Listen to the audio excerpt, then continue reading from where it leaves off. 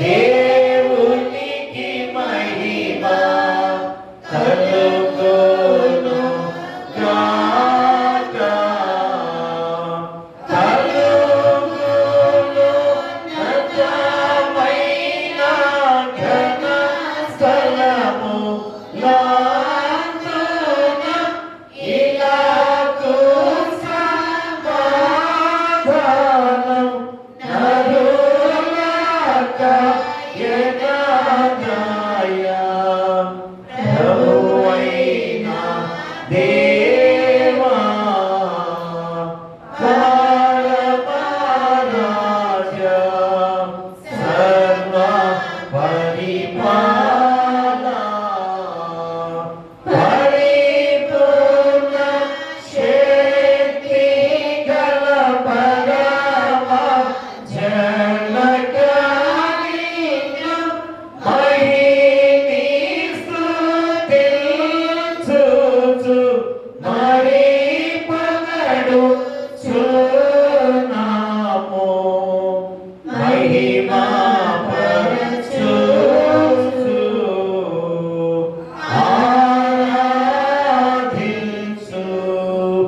ఆరాధించుచున్నాము నిన్ను.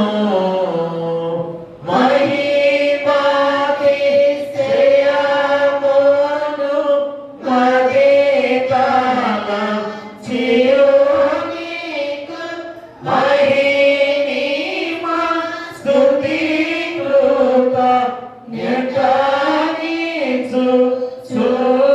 జ్ఞానించుచున్నాము.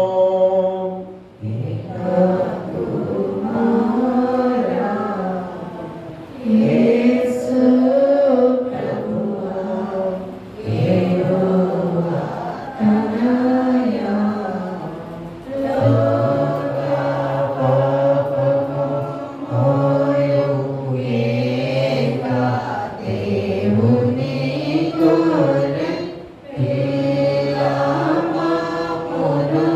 కనికరించుము చల్లగా. లోక పాపమును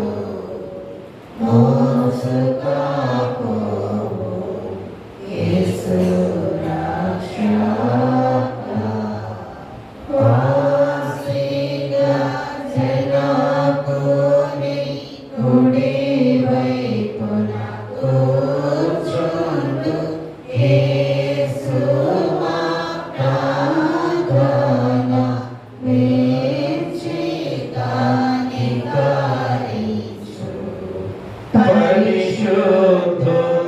పరిశుద్ధుడావు ప్రభుడవు నీవు, ప్రభువైన క్రీస్తు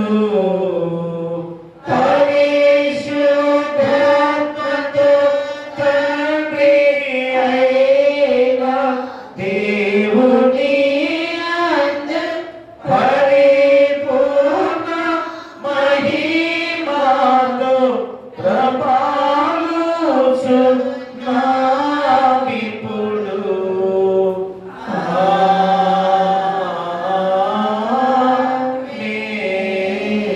ఆమేన్.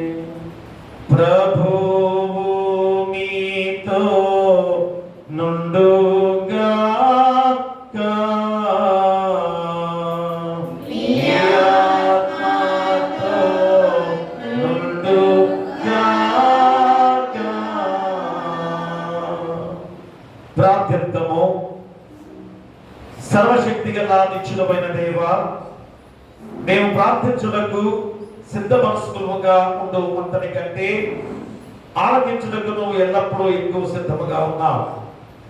మేము కోరుదాన్ని కన్నను పొందదాని కన్నను ఎక్కువగా అనుగ్రహించు వాడవై ఉన్నావు.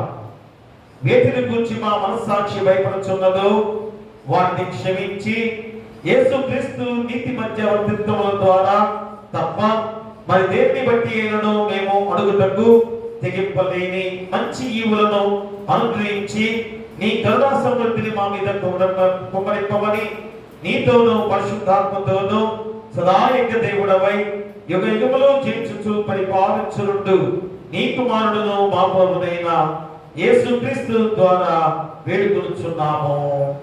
ఆమేన్. దయచేసి కూర్చోండి. ప్రియ దేవుని సంగమా, దేవుడిలారా, మన యొక్క ప్రాముఖ్యమైన సమయముగా ఈ పరిశుద్ధ విశ్రాంతి దినముగా తర్వాతి 11వ ఆదివారంలోకి నడిపించిన దేవాది దేవునికి వందనాలు చెల్లించుకొని వచ్చిన మీ అందరికి కూడా నిండు వందనాలు తెలియజేసుకుంటూ ఉన్నాం. ఈరోజు మనకి ఇచ్చిన లేఖన భాగాలుగా పాతబడిన పాఠ్య భాగము సమూయేలు 2వ గ్రంథము, సమూయేలు 2వ గ్రంథము 22వ అధ్యాయం 21 నుంచి 29 వచనాలు. సమూయేలు 2వ గ్రంథము 22వ అధ్యాయము 21 నుంచి 29 వచనాలు. ఈ దినముకై ఏర్పాటు చేయబడిన పాత నిబంధన పాఠ్యభాగం 2వ సమూయేలు 22వ అధ్యాయం 21 నుంచి 29 వచనాలు.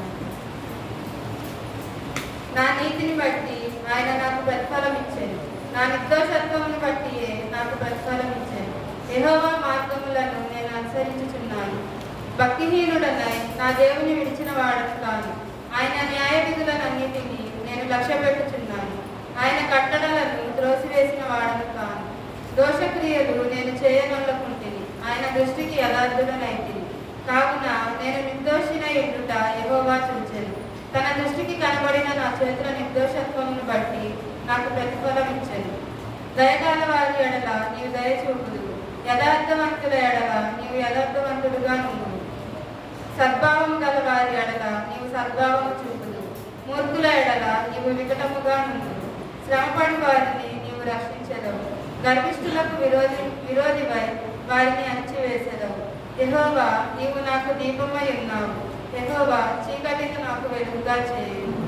ఇంతటితో పాత నిబంధన పాఠ్యభాగం ముగించబడింది. పరిశుద్ధుడవగు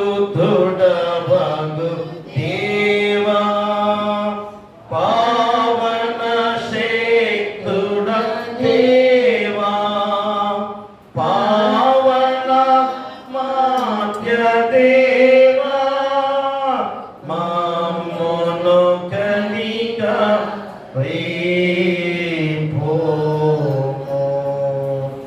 అలాగే పత్రిక పాఠ్యభాగం నుంచి అపోస్తలుడైన పౌలు రోమీయులకు రాసిన పత్రిక 10వ అధ్యాయము 4 నుంచి 18 వచనాలు. అపోస్తలుడైన పౌలు రోమీయులకు రాసిన పత్రిక 10వ అధ్యాయము 4 నుంచి 18 వచనాలు.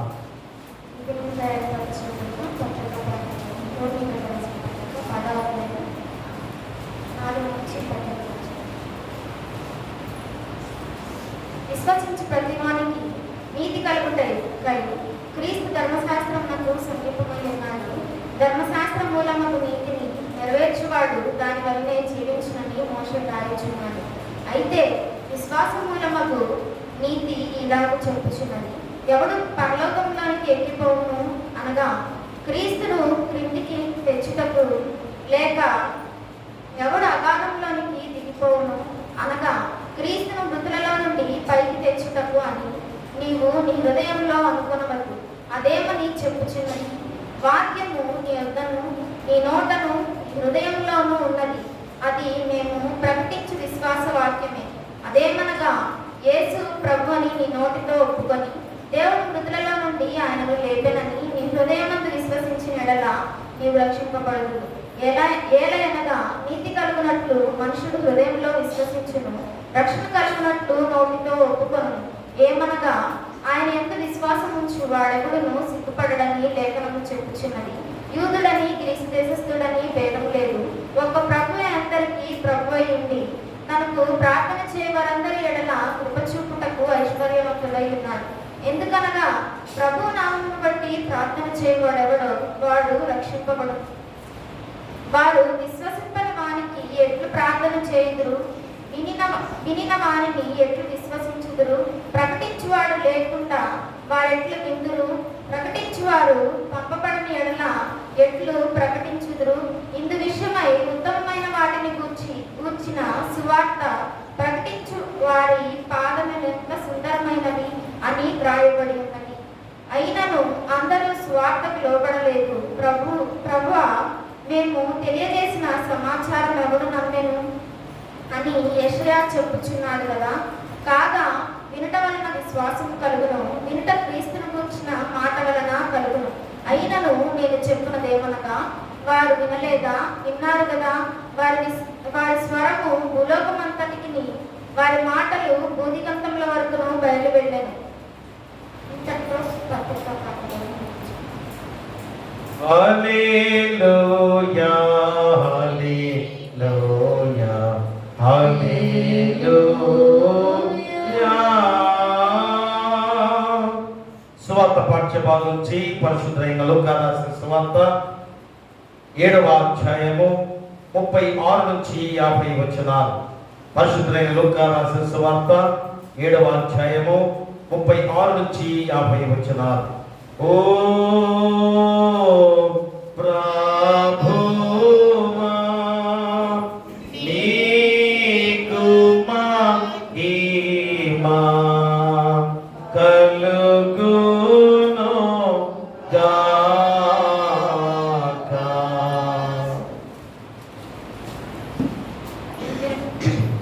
ఈ దినమునకై ఏర్పాటు చేయబడిన సువార్త పాఠ్యభాగము లూకా సువార్త 7వ అధ్యాయము 36 నుండి 50 వచనములు. పరిసయ్యులలో ఒకడు తనతో కూడా భోజనము చేయవలెనని ఆయనను అడిగాను. ఆయన ఆ పరిసయ్యుని ఇంటికి వెళ్ళి భోజన పంక్తిని కూర్చుండగా ఆ ఊరిలో ఉన్న పాపాత్మురాలైన ఒక స్త్రీ యేసు పరిసయ్యుని ఇంట భోజనమునకు కూర్చుని ఉన్నాడని తెలుసుకొని ఒక బుడ్డిలో అద్దరు తీసుకొని వచ్చి వెనుక తట్టు ఆయన పాదముల యొద్ద నిలవబడి ఏడ్చుచు కన్నీళ్లతో తన పాదములను తడిపి తన తల వెంట్రుకలతో తుడిచి ఆయన పాదములను ముద్దు పెట్టుకొని ఆ అద్దరు వాటికి పూసెను. ఆయనను పిలిచిన పరిసయ్యులు అది చూచి, ఈయన ప్రవక్త అయిన ఎడల తన్ను ముట్టుకొనిన ఈ స్త్రీ ఎవతియో ఎటువంటిదో ఎరిగియుండును, ఇది పాపాత్మురాలు అని తనలో తాను అనుకొనెను. అందుకు యేసు, సీమోను, నీతో ఒక మాట చెప్పవలెనని విన్నానని అతనితో అనగా అతడు, బోధకుడా, చెప్పుమనెను. అప్పుడు యేసు, అప్పు ఇచ్చు ఒకనికి 2 రుణస్థులు ఉండిరి. వారిలో ఒకడు 500 దేనారములను, మరియొకడు 70 దేనారములను అచ్చియుండిరి. ఆ అప్పు తీర్చుటకు వారి యొద్ద ఏమీయూ లేకపోయెను కనుక అతడు వారిద్దరిని క్షమించెను. కాబట్టి వీరిలో ఎవరి అతని ఎక్కువగా ప్రేమించెనో చెప్పుమని అడిగాను. అందుకు సీమోను, అతడు ఎవరికి ఎక్కువగా క్షమించెనో వాడే అని నాకు తోచుచున్నదని చెప్పగా ఆయన, నీవు సరిగా యోచించితివని అతనితో చెప్పి ఆ స్త్రీ వైపు తిరిగి సీమోనుతో ఇట్లనెను, ఈ స్త్రీ చూచుచున్నావే, నేను నీ ఇంటిలోనికి రాగా నీవు నా పాదములకు నీళ్ళియ్యలేదు, కానీ ఈమె తన కన్నీళ్లతో నా పాదములను తడిపి తన తల వెంట్రుకలతో తుడిచెను. నీవు నన్ను ముద్దు పెట్టుకొనలేదు, కానీ నేను లోపలికి వచ్చినప్పటి నుండి ఈమె నా పాదములను ముద్దు పెట్టుకొనుట మానలేదు. నీవు నూనెతో నా తల అంటలేదు, కానీ ఈమె నా పాదములకు అద్దరు పూసెను.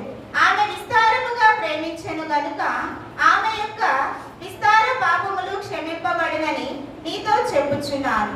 ఎవరికి కొంచెముగా క్షమింపబడినో వాడు కొంచెముగా ప్రేమించునని చెప్పి, నీ పాపములు క్షమింపబడి ఉన్నవి అని ఆమెతో అనెను. అప్పుడు ఆయనతో కూడా భోజన పంక్తిని కూర్చుండిన వారు పాపములు క్షమించుచున్న ఇతడెవడని తనలో తాను అనుకొనసాగిరి.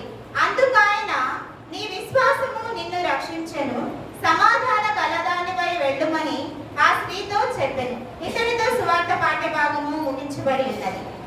ఓ క్రీస్తు, నీకు స్తోత్రము కలుగును గాక. అందరం కలిసి అపోస్తల విశ్వాస ప్రమాణం చెప్పుకుందాం. భూమి ఆకాశములను సృజించిన సర్వశక్తి గల తండ్రి అయిన దేవుడు నేను నమ్ముతున్నాను. ఆయన కుమారుడును మన ప్రభువైన యేసుక్రీస్తును నమ్ముతున్నాను. ఈయన పరిశుద్ధాత్మ వలన గర్భమున ధరించబడి కన్య అయిన మరియకు పుట్టి కొద్ది పిలాతు అధికారము శ్రమపడి సిలువ వేయబడి చనిపోయి సమాధి చేయబడిననియు అదృశ్య లోకములోనికి దిగిననియు చనిపోయిన వాళ్ళ నుండి మూడవ దినమున లేచి పరలోకమునకెక్కి సర్వశక్తి గల తండ్రియగు దేవుని కుడి చేతి వైపున కూర్చుని ఉన్నాడనియు సజీవులకును మృతులకును తీర్పు చేయు పట్టణను వస్తున్ననియు నమ్ముచున్నాను. పరిశుద్ధాత్మ నమ్ముచున్నాను.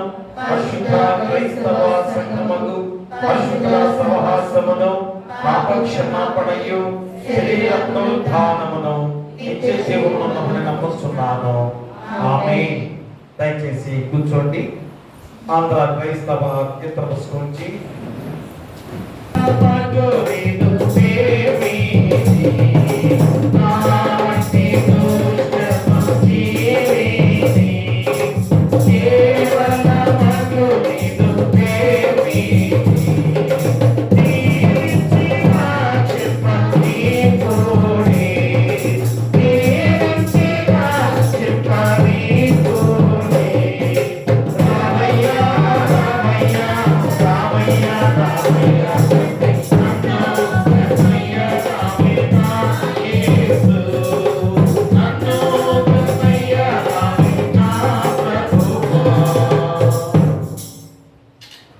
మన తండ్రి దేవుని నుండి మన ప్రభు యేసుక్రీస్తు నుండి కృపయు సమాధానం మీకు కలుగును గాక.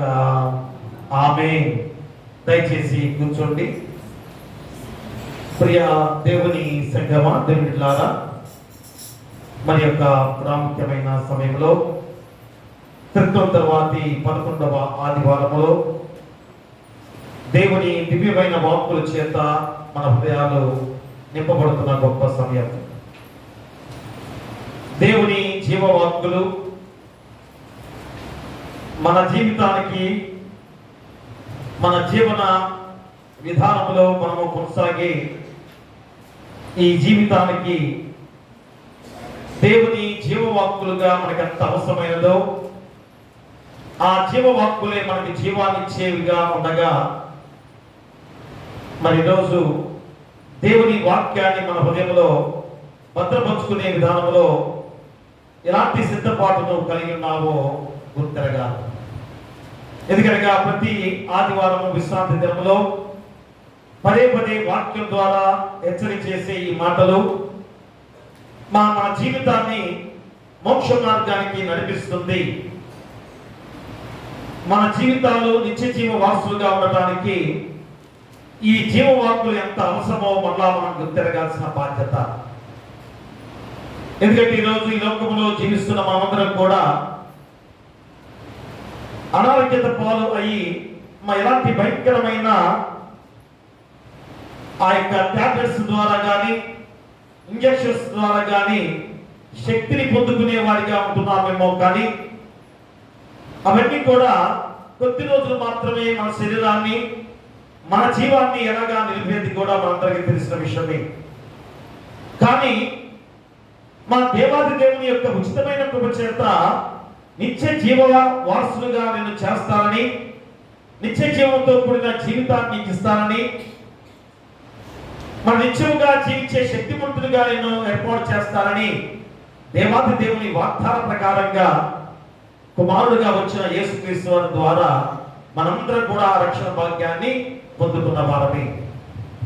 మరి రోజు ఎంత శక్తిని పొందుతున్న జీవితాలు మనకున్నా కానీ దేవుణ్ణి ఏ రీతిగా మనం ఆరాధిస్తున్నాం,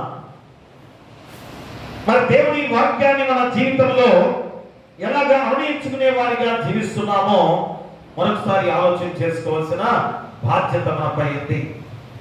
అందుకనే ప్రియ దేవుని బిడ్డలారా, ఈరోజు 3 లేఖన భాగాలు కూడా ఎంతో చక్కగా దేవుడు వల్ల అంశంతో వాక్యాన్ని సిద్ధపరుచున్నారు. మొదటి సమూయేలు 2వ గ్రంథము 22వ అధ్యాయము 21 నుంచి 29 వచనాల్లో దావీదు తన జీవితాన్ని వెనక్కి చూసుకుంటూ ఉన్నాడు. దావీదు తన జీవితాన్ని వెనక్కి చూసుకుంటున్నాడు. ఎందుకని? ఎంత భయంకరమైన శత్రువుల మధ్య, ప్రమాదాల మధ్య, బలహీనతల మధ్య దేవుడు తనని ఎలా కాపాడాడో గుర్తు చేసుకుంటున్న గొప్ప సందర్భం. ఈరోజు మనం ఆలోచన చేసుకుంటే మా పూర్వం మన జీవితాలు ఎలా ఉండేవో, మా ఎలాంటి స్థితిలో మనం జీవించే వాళ్ళమో ఆలోచన చేసుకుంటే ఈరోజు ఎంతగా దీవించబడ్డామో, ఎంత ఆశీర్వాదకరమైన జీవితాలు మనకు ఉన్నాయో మనం ఆలోచన చేసుకుంటే ఆ దేవుడి పట్ల ఎంత భయభక్తులు కలిగిన వాడిగా జీవించే వాడిగా ఉండాలో నీకు నువ్వే ప్రశ్న వేసుకుంటూ ఆ జవాబు చెప్పుకునే ముందుకు సాగాల్సిన బాధ్యత నీపై ఉంది. ఎందుకంటే దావీదుకు పూర్వం జరిగిన సంఘటనలు, అందుకని వెలితిరిగి చూసుకుంటే ఎన్ని బలహీనతలు, ఎంత భయంకరమైన జీవితము, శత్రువుల మధ్య ఎన్ని ప్రమాదాలు, ఇవన్నీ కూడా ఆలోచన చేసుకుంటే దేవుడు నన్ను ఎంతగా కాపాడి నడిపిస్తున్నాడో ఆ దేవాది దేవునికి స్తోత్రాలు చెల్లించుకుంటున్నానని ఈరోజు చెప్పే గొప్ప వాక్యం.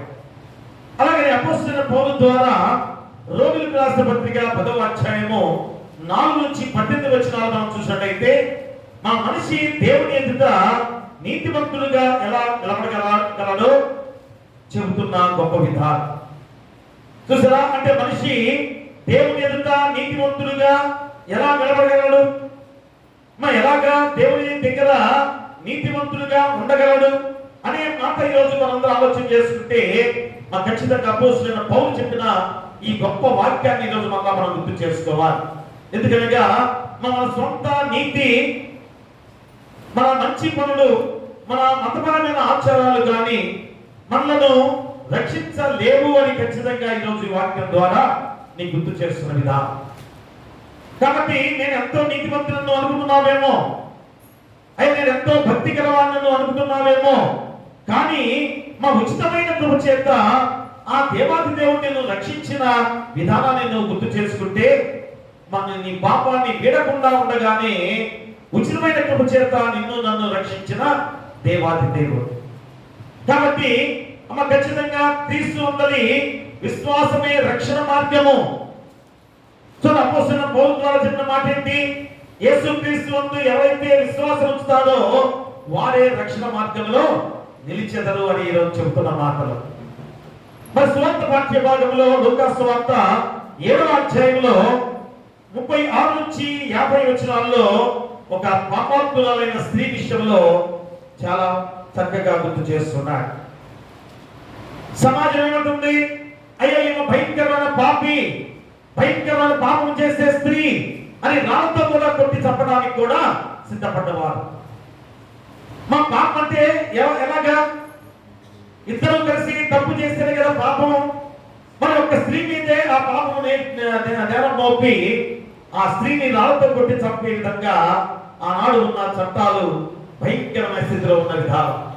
అలాంటి పాపాత్మురాలైన స్త్రీ యేసు పాదాల చెంత వచ్చి సమాజం ఆమె పాపంగా చూసినా కానీ యేసుక్రీస్తు వారి దగ్గరే నా హృదయాన్ని అర్పించుకొని నేను దేవునిలో ఉండబోతున్నాను అని తీర్మానం చేసుకొని పరిపూర్ణమైన విశ్వాసం చేత ఆ దేవుని చెంతకు చేరిన గొప్ప సందర్భం.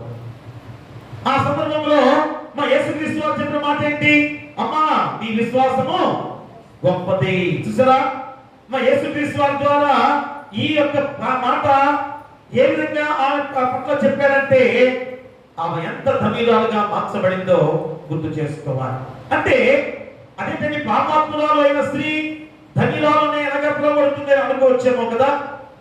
ప్రియ దేవుడిలారా, ఆమె చేసిన పాపాన్ని ఒక్కసారి వెనక్కి తిరిగి చూసుకొని అయ్యో నేను ఎంత భయంకరమైన పాపాత్మురాలుగా ఉన్నాను, కాబట్టి నా జీవితం ఇంత భయంకరమైన స్త్రీని దేవదారిపోయిందని పరిపూర్ణంగా దేవుని వైపు తిరిగిన గొప్ప సందర్భం.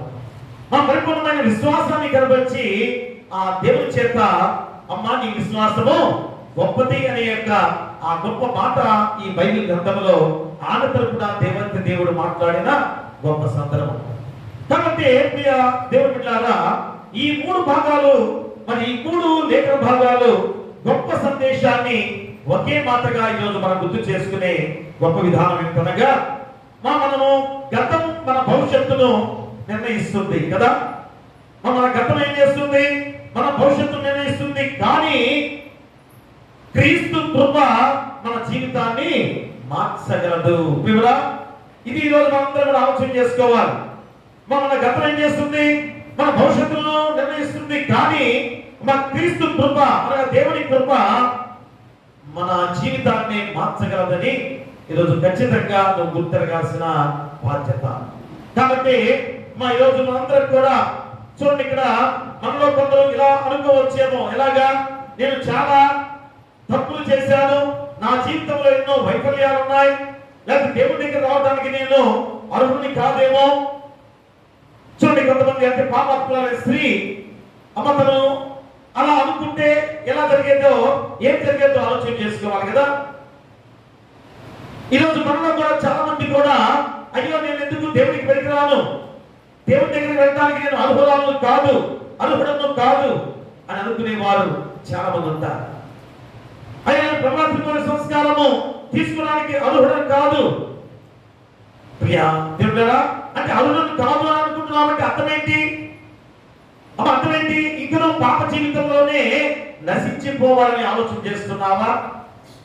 ప్రియమరా, మరి రోజు ఎంతమంది వివాహాలు అయ్యాయి ఈ యొక్క సంఘంలో? మా ప్రతి వివాహం అప్పుడు మేము ఖచ్చితంగా బాప్తిస్మం ఇస్తారు, మా ప్రభురాత్రి భోజన సంస్కారం స్వీకరించాల్సిన బాధ్యతను గుర్తు చేసి నిర్ధారణ ఇస్తాం. మొన్న నేను నిర్ధారణ ఇచ్చాను, ప్రభురాత్రి భోజన సంస్కారం తీసుకోబట్టి ఎక్కడున్నాడు, ఎక్కడ కనపడలేదు అంటే అర్థం ఏంటి? మా దేవుల్లో రావాలనే ఆలోచన లేదా? దేవుల్లో నేను ఉండాలనే ఆలోచన లేదా? మరి దేవుల్లో నేను గొప్పవాడిగా నిత్య జీవ వారసుగా ఉండాలని తపన మనలో లేదేమో ఒకసారి ఆలోచన చేసుకుంటే ఈరోజు ఖచ్చితంగా అయ్యో దేవుడి దగ్గర నేను ఎందుకు ఇంతగా వెనకబడిపోయాను, ఎందుకు ఇంతగా నేను దేవుల్లో లేకుండా పోయాను అని ఖచ్చితంగా మనం ఆలోచన చేసుకోవాలి. మా యవనస్తులైనా, పెద్దవాళ్ళైనా, స్త్రీలైనా, చిన్న బిడ్డలైనా కానీ ఈ ఆలోచన చేసుకోవాలి. అందుకని మా దేవుడి దగ్గర రావడానికి నేను అర్హుడిని కాదు. కానీ మా సువార్త చెప్పింది ఏమిటంటే, ఈరోజు దేవుని వాక్యం చెబుతుంది ఏమిటంటే, మన అర్హతను బట్టి దేవుడు మనను స్వీకరించడు. వివరా, నీ అర్హతను బట్టి దేవుడు స్వీకరించేవాడు కాదు. ఎలాగా? ఆయన ఉచితమైన కృపను బట్టి మనల్ని స్వీకరించిన దేవుడు. చాలా జాగ్రత్తగా ఆలోచన చేయండి అమ్మా. ఆయన ఉచితమైన కృప చేతనే నిన్ను నన్ను మనల్ని స్వీకరించిన దేవుడు. కాబట్టి అయ్యో నేను అర్హుడు కాదేమో, నేను ప్రార్థనకి అర్హుడు కాదేమో, దేవుడి దగ్గరికి వెళ్ళడానికి అర్హుడు కాదేమో నువ్వు ఆలోచన చేస్తున్నావా? ఈరోజైనా ఈ రక్షణ మార్గాన్ని కనుగొని మా దేవుని చెంతకు వచ్చేవాడిగా ఉండాలి. ఖచ్చితంగా దేవునిలోని శక్తిని ఏ రీతిగా పొందుకొని నిత్య జీవానికి వారసుగా ఉండాల్సిన బాధ్యతను గుర్తిరగాలి. అందుకనే ఇక్కడ లూకా సువార్త 7వ అధ్యాయంలో ఆ స్త్రీ విషయంలో, అనగా పాపాత్ములైన స్త్రీ విషయంలో తన గతము తెలుసు కదా, తన గతం తెలుసు. అయ్యా నేను అంత పాపాత్మురాలని, నేను ఎంత భయంకరమైన పాపం చేసిన స్త్రీని, తన గతం తెలుసు కదా. కానీ ఆమె తన గతాన్ని పట్టుకొని కూర్చోలేదు. ఈరోజు చాలా మంది కూడా ఆలోచన చేసుకోవాలి. తన గతాన్ని చూసుకొని ఇక పాపంలో మునిగిపోయాను కదా, ఇక పాపం ఉన్నాను కదా, ఇక మళ్ళా తిరిగి రాత్రి ఎందుకని అనుకుందా? అనుకోలేదు. పిల్లరా, తన పాపాన్ని తెలుసుకొని ఊరకుండకుండా ఆమె యేసుక్రీస్తు వారి దగ్గరికి వచ్చిన సందర్భాన్ని ఈరోజు మనందరం కూడా గుర్తిరగాలి. ఎందుకంటే నా రక్షణ ఎక్కడా? నేను రక్షణ పొందుకునేది ఎక్కడా?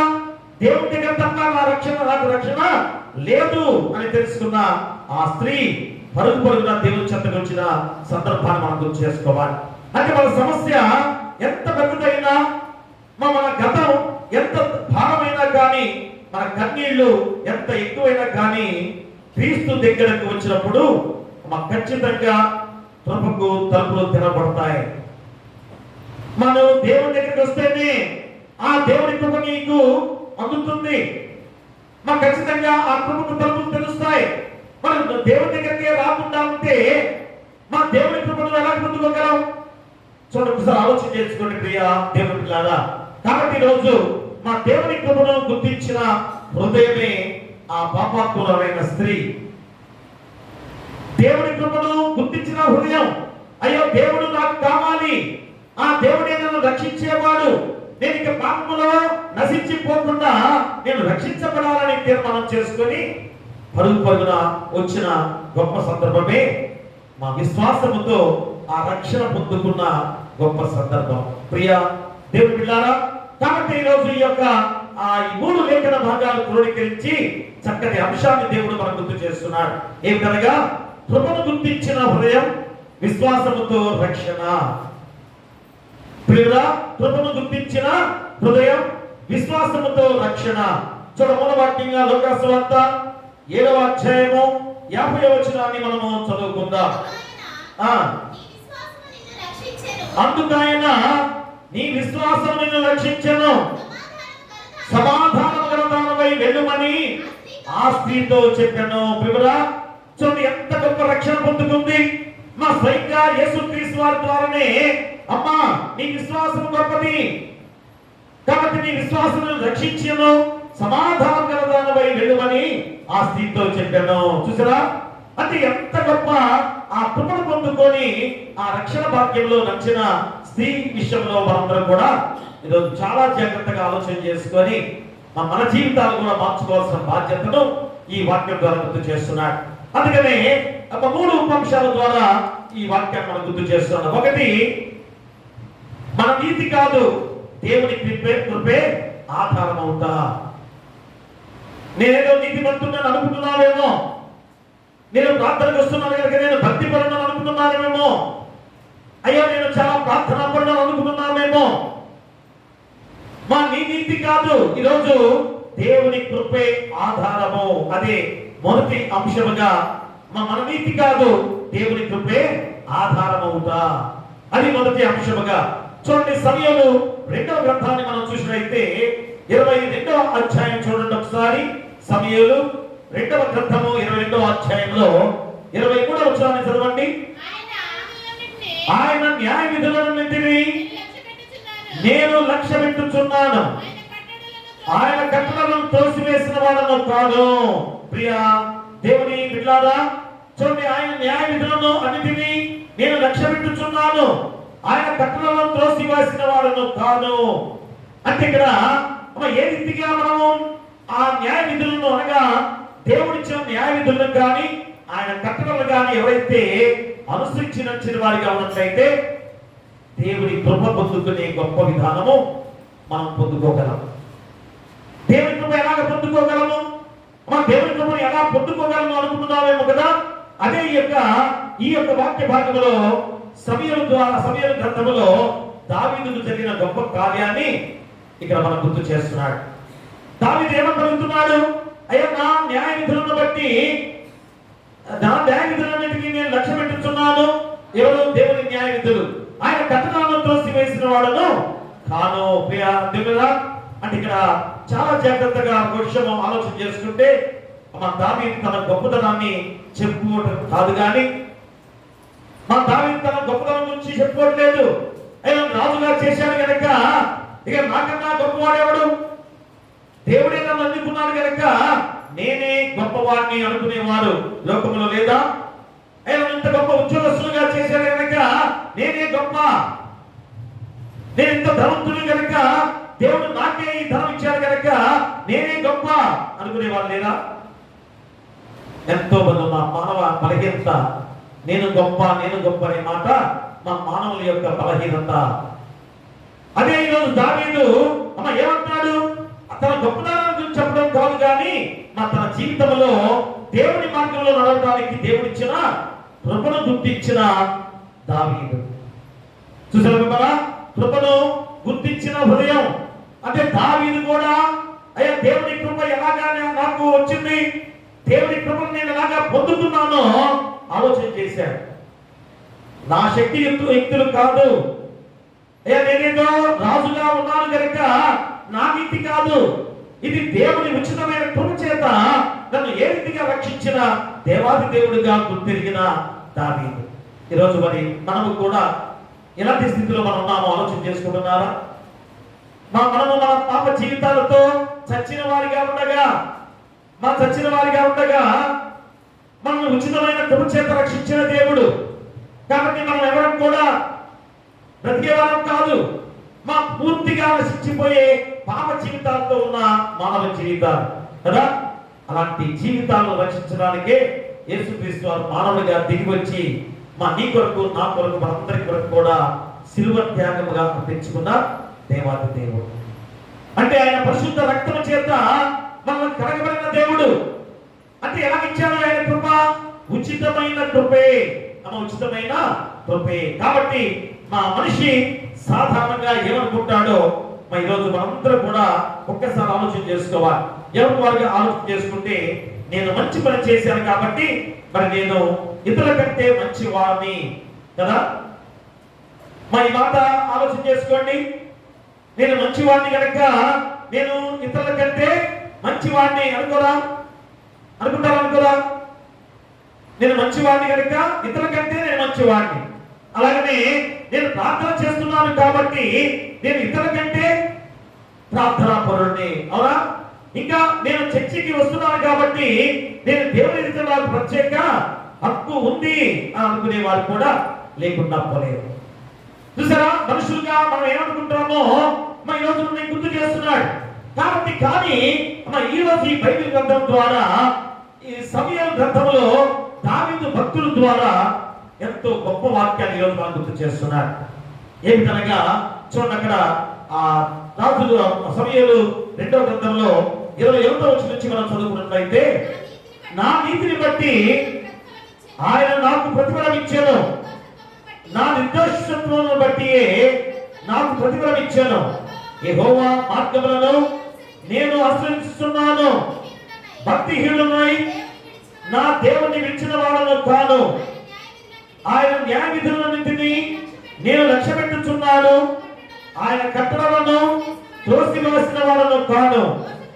దోషక్రియలు నేను చేయననుకుంటుని, ఆయన దృష్టికి యథార్థుడనైతిని. కావున నేను నిర్దోషినై ఉండుట యెహోవా చూచెను, తన దృష్టికి కనబడిన నా చేతుల నిర్దోషత్వమును బట్టి నాకు ప్రతిఫలం ఇచ్చెను. చూడమా, దావీదు ఏమని పలుకుతున్నాడు? అయ్యా, దేవుడు ఏ రీతిగా నా నీతిని బట్టి నాకు ప్రతిఫలం ఇచ్చాడు, నా నిర్దోషాన్ని బట్టి నాకు ప్రతిఫలం ఇచ్చాడు.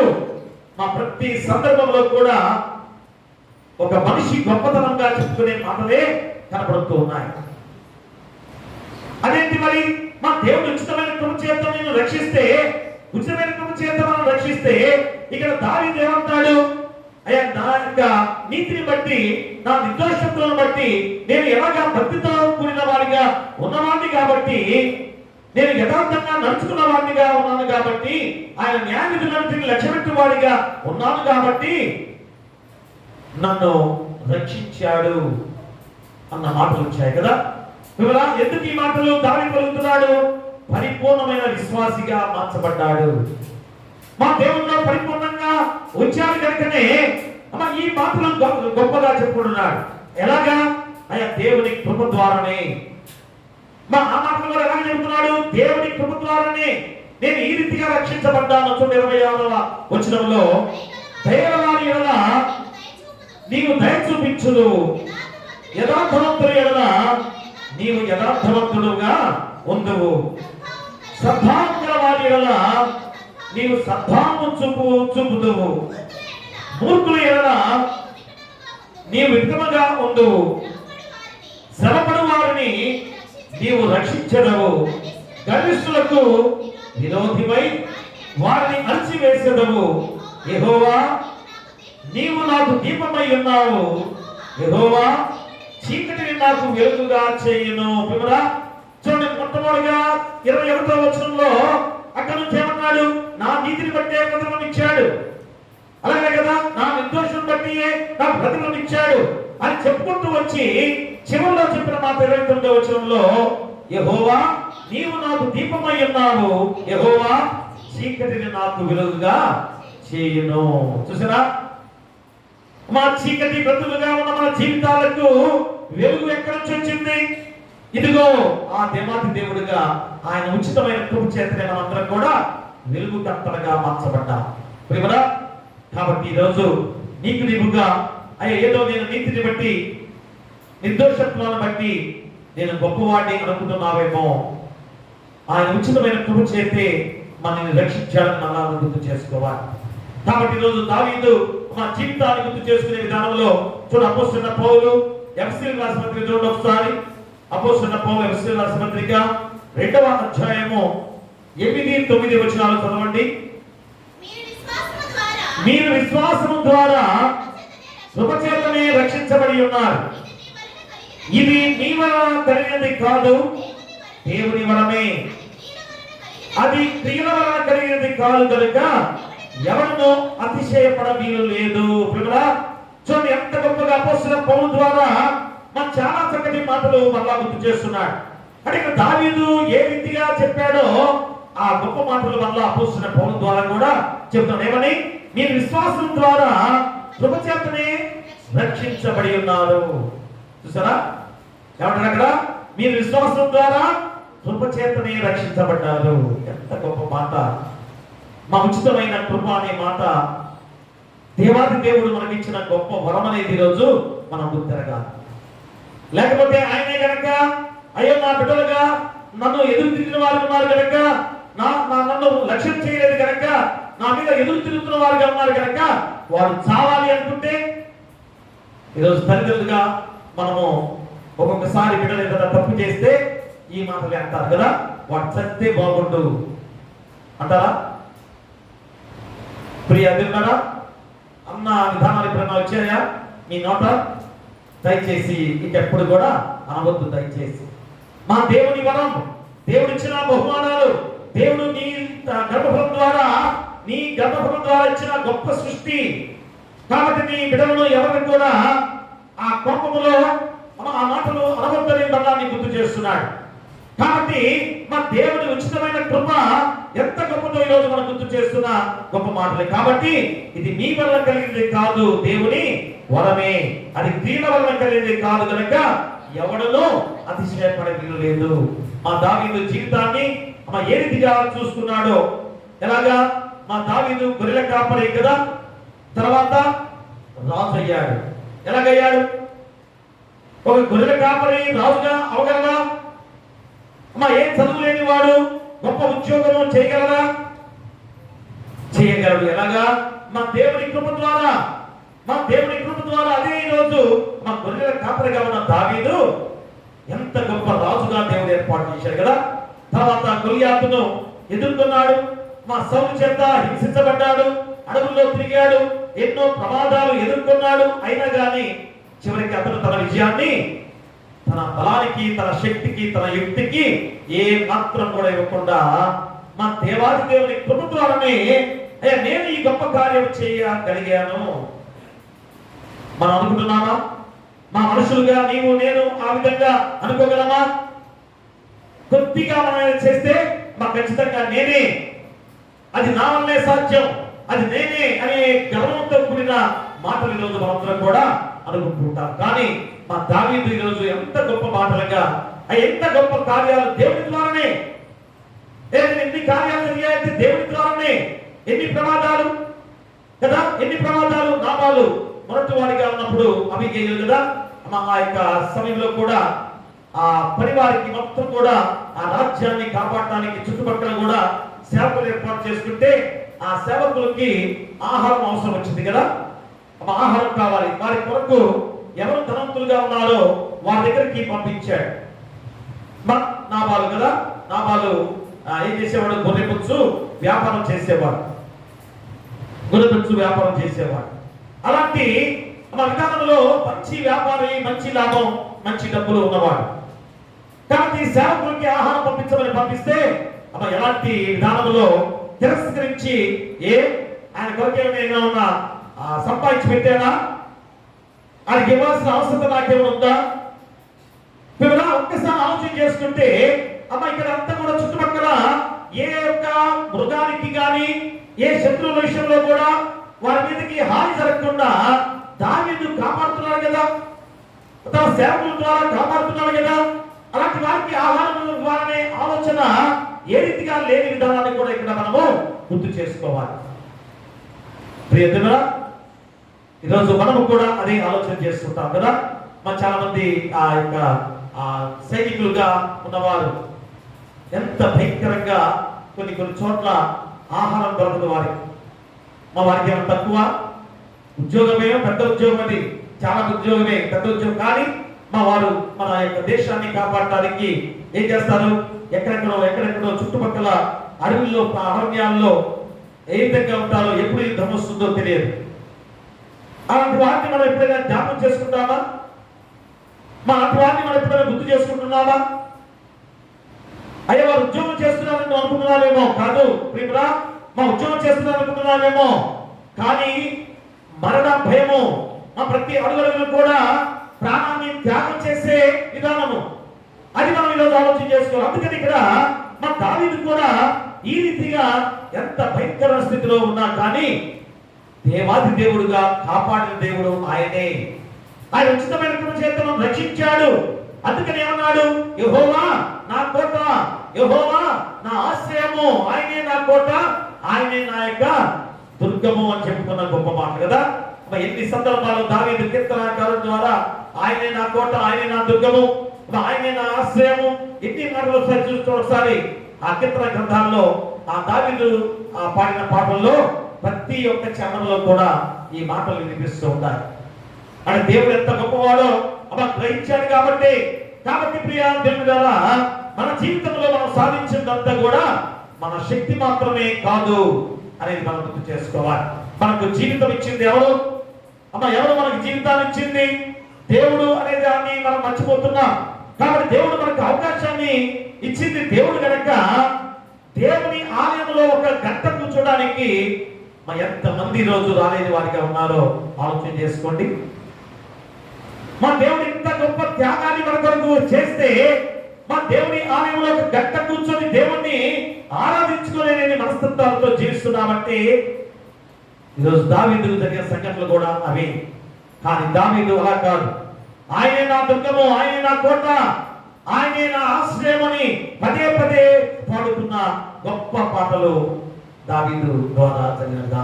కాబట్టి ఎప్పుడైనా కానీ మా దేవుడు ఏ విధంగా మన తప్పులను క్షమించే దేవుడిగా ఉన్నాడు. కాబట్టి మనం చేసిన తప్పులని ఆయన దగ్గరికి వచ్చి ఒప్పుకుంటే ఆయన క్షమించే దేవుడిగా ఉన్నాడు. కాబట్టి మన హృదయంలో గర్వం కాకుండా హృదయసిద్ధంగా ఉండాల్సిన బాధ్యతను గుర్తు చేస్తున్నాడు. గర్వం తీసివేసుకోండి. ఖచ్చితంగా కృతజ్ఞత భావంతో దేవుని నామములో బలమైన వారిగా ఉండాలి. అదే ఈరోజు నోవాహు విషయంలో కూడా మా నోహ కాలంలో కూడా ఏమన్నాడు? ఆదికాండం 6వ అధ్యాయంలో 8వ వచనంలో చదవండి ఒకసారి. ఆదికాండము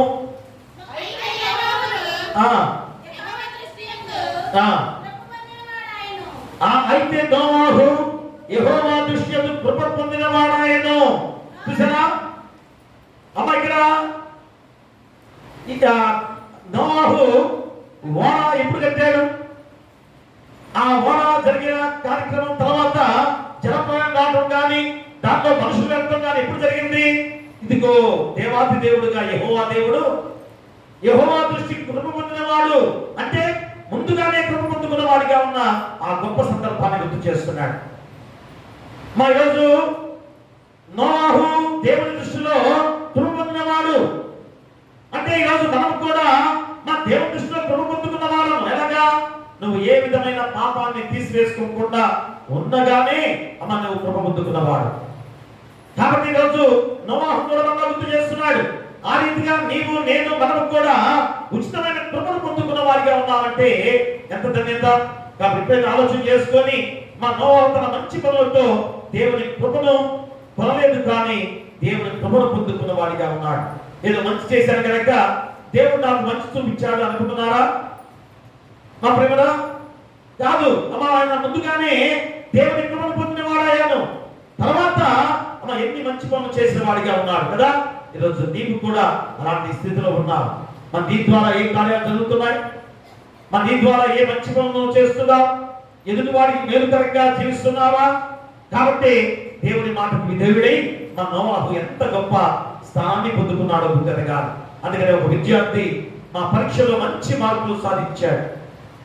మంచి మార్కులు సాధించారు. అందరూ కూడా ఎంతగా పొగుడుతున్నారు, అభినందిస్తున్నారు, ఎంతగా అందరూ కూడా వచ్చి సేకరిస్తున్నారు. కానీ బిడ్డలో గర్వం వచ్చింది. ఏమని?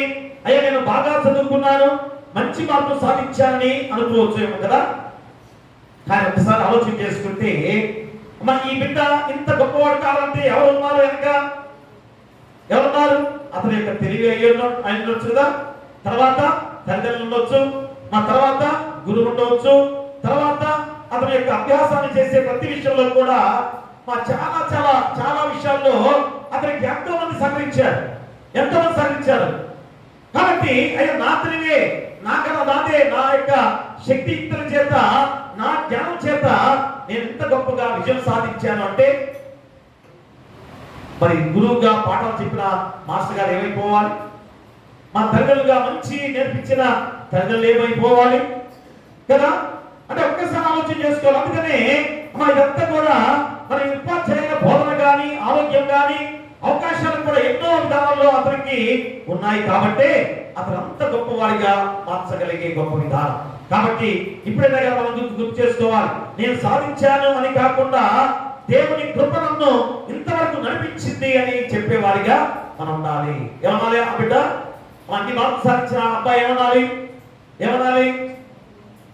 ఇది దేవుని కృప వల్ల నేను సాధించాను, ఇది దేవుని కృప వల్ల నేను పొందుకున్నాను అనే వారిగా ఉండాలి. ఎవరైనా కానీ చదువుకునే బిడ్డ అనేది కాదు, ఉద్యోగస్తుడైనా, ధనవంతుడైనా, ఏ వ్యాపారి అయినా, ఎవరైనా కానీ ఇది దేవుని కృప వల్ల నేను ఇంతగా గొప్పవాడైనని అనుకోవాలి. అది ఈరోజు నువ్వు తెలుసుకోవాల్సిన గొప్ప సత్యం. కాబట్టి ఈరోజు మనల్ని మనం అడిగే మాట ఏంటనగా, నేను దేవుని కృపను గుర్తిస్తున్నానా?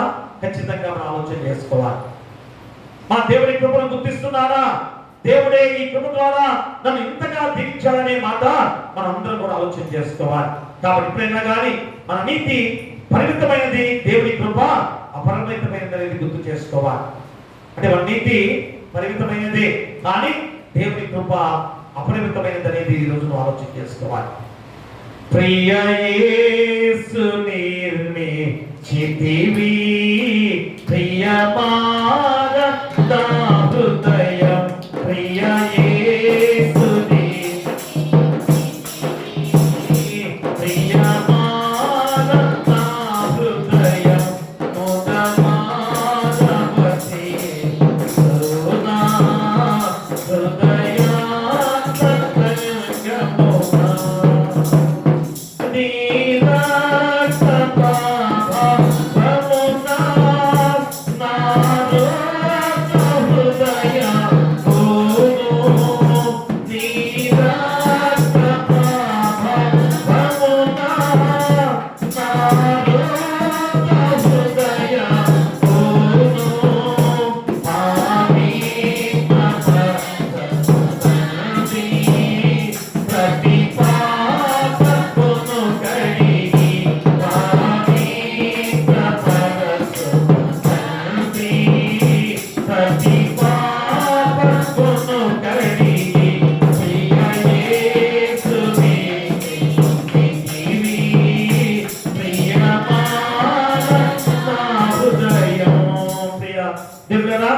ఆయన రక్త ప్రభావం చేత మన లోక హృదయాన్ని పవిత్రపరిచిన దేవాది దేవుడు. కాబట్టి దావీదు ఎంత గొప్ప కృప దేవుడు నాకు చూపించాడు, ఆయన చీకటిగా ఉన్న నా జీవితాన్ని వెలుగుగా చేశారని ఆయన కృప అపరిమితమైందని ఈరోజు చెప్పుకున్న గొప్ప మాటలు కదా. ఇక రెండవ అంశముగా విశ్వాసంతో క్రీస్తును హృదయంలో స్వీకరించుట. ఆ రెండవది ఏంటి? విశ్వాసముతో క్రీస్తును హృదయంలో స్వీకరించుట. చూడండి, రోమపత్రిక 10వ అధ్యాయము 9-10 వచనాలు చదువుకుందాం.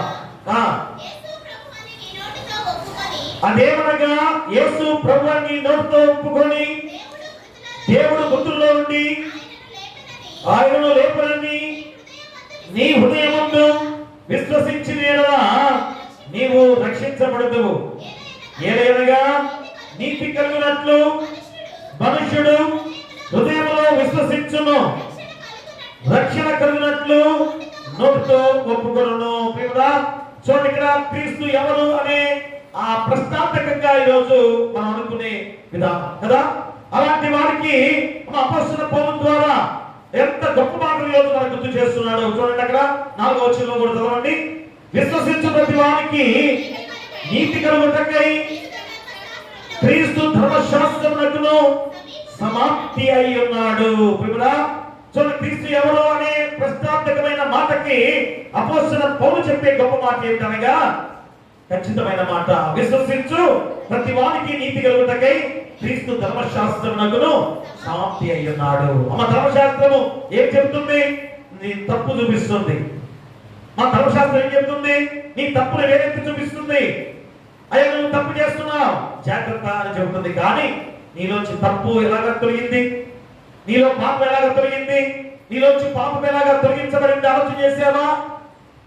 ఎవరు? యేసు క్రీస్తు వారి ద్వారానే. అతను ప్రాణాన్ని త్యాగం చేస్తేనే, ఆయన సమాప్తి అయిన తర్వాతనే మనందరి యొక్క పాపాలు పరిహరించబడ్డాయి. అదే అపోస్తలుడైన పౌలు ద్వారా మనం గుర్తు చేసే గొప్ప మాటలు. అంటే మనిషి తన సొంత ప్రయత్నాలతో దేవుని దగ్గరికి చేరలేడు. మన క్రీస్తు మన కొరకు ఏ విధంగా మార్గమైన గొప్ప సందర్భాన్ని కూడా అపోస్తలుడైన పౌలు చెబుతున్నాడు. అంటే దావీదు ఎలాగ చెప్పిన మాటలు, అయ్యా నేను నా శక్తి యుక్తులు కాదు, దేవుని కృప ద్వారానే అన్నాడు కదా. అలాగనే ఇప్పుడు కూడా అపోస్తలుడైన పౌలు కూడా నీకు గుర్తు చేస్తున్నాడు. అయ్యా, ఉచితమైన కృప అనగా యేసుక్రీస్తు వారి యొక్క ఆ ప్రాణ త్యాగమే ఈ రోజు నిన్ను నన్ను రక్షించిన విధానం. అందుకని మతం మా మనిషిని మార్చదు, క్రీస్తు సంబంధము మనిషిని జీవితాన్ని మారుస్తుంది. కాబట్టి ఈరోజు మతం ఏదో నిన్ను మారుస్తుంది అనుకుంటున్నావా? కానీ దేవుని కృప మన క్రీస్తు సంబంధము మనిషి జీవితాన్ని ఎలాగా మార్చిందో గుర్తు చేసుకుంటే, మా విశ్వాసము అంటే ఏమిటి? ఒక్కసారి మనం ఇదంతా విశ్వాసం అనుకుంటున్నారు కదా. మా విశ్వాసం అంటే ఏమిటి అని మన ప్రశ్నార్థకమైన విధానంలో, విశ్వాసం అంటే కేవలము యేసు ఉన్నాడు అని నమ్మటము కాదు అని ఈరోజు నీకు గుర్తు చేస్తున్నాను. మా విశ్వాసం అంటే ఏమనుకుంటున్నాం? యేసు ఉన్నాడు అని నమ్మేవారిగా మనం జీవిస్తున్నాం కదా. కానీ ఈరోజు నీకు గుర్తు చేస్తుందంటే విశ్వాసం అంటే ఏంటి? ప్రభువా, నీవే నా రక్షకుడవు, నా జీవితం నీ చేతుల్లో ఉంచుతున్నాను అని సమర్పించుకునే గుణము ఉండేవాడే మా విశ్వాసి. చూసారా? అదే ఈరోజు చెబుతున్నాడు. ఏమని? అదేమనగా యేసు ప్రభువని నీ నోటితో ఒప్పుకొని దేవుడు మృతుల్లో నుండి ఆయనను లేపనని నీ హృదయమందు విశ్వసించేలా నీవు రక్షించబడుదువు. ఏలయనగా నీతి కలుగునట్లు మనుషుడు హృదయములో విశ్వసించును, రక్షణ కలుగునట్లు నోటితో ఒప్పుకొనును. ప్రియ దేవుడిలారా, చూడండి ఎంత గొప్ప విధానము. అలాంటి ఉదాహరణగా ఎవరు తీసుకోవచ్చు మనము? అబ్రహాము కదా.